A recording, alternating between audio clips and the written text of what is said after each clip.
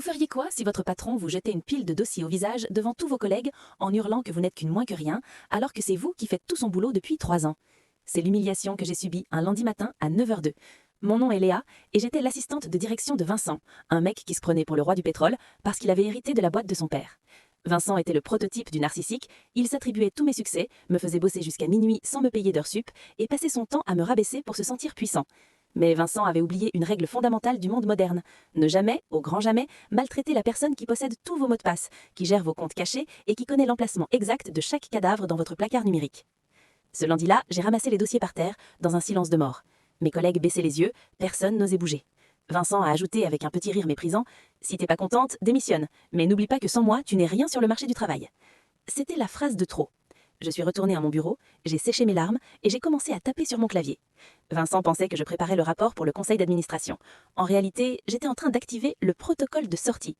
Voyez-vous, Vincent était un fraudeur. Pour maintenir son train de vie de luxe, il détournait de l'argent de la boîte vers des comptes aux îles Caïmans. Et comme il était trop paressé pour comprendre la comptabilité, c'est moi qui devais valider les transferts en utilisant sa signature électronique. J'avais tout documenté depuis le premier jour. Chaque mail de menace, chaque insulte, chaque virement illégal. J'avais un dossier de 500 pages prêt à être envoyé au fisc et aux actionnaires. Mais je voulais quelque chose de plus spectaculaire. Le lendemain, Vincent devait présenter la fusion de l'année devant des investisseurs internationaux. C'était le moment où sa boîte allait valoir des dizaines de millions. J'ai passé la nuit au bureau, officiellement pour finir la présentation. J'ai intégré des documents compromettants directement dans les diapositives, mais cachés derrière un script qui ne les ferait apparaître qu'à la 10e minute de la présentation. J'ai aussi programmé l'envoi automatique de toutes les preuves aux autorités pour 10h15, soit pile au milieu de son discours. Le jour J est arrivé. La salle de conférence était pleine de costumes cravates et de caméras. Vincent était sur scène, rayonnant, transpirant l'arrogance.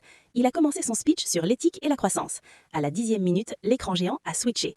Au lieu du graphique de croissance, ce sont ses relevés de comptes privés qui se sont affichés, avec les montants détournés surlignés en rouge.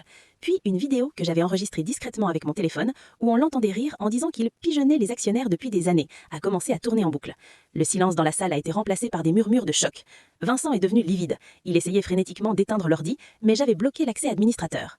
À 10h15, les téléphones de tous les membres du conseil ont vibré en même temps. Ils recevaient le dossier complet. 5 minutes plus tard, la police entrait dans la salle de conférence. Vincent a été menotté devant les investisseurs, les caméras et tous les employés qui l'avaient méprisé. En passant devant mon bureau, il m'a regardé avec une haine pure. Je lui ai juste fait un petit signe de la main avec un sourire tranquille. La boîte a été rachetée, j'ai témoigné contre lui et il a été condamné à 6 ans de prison ferme pour fraude fiscale et détournement de fonds. Aujourd'hui, j'ai monté mon propre cabinet de gestion de crise. On dit que le silence est or, mais ma vengeance, elle, a été en diamant pur.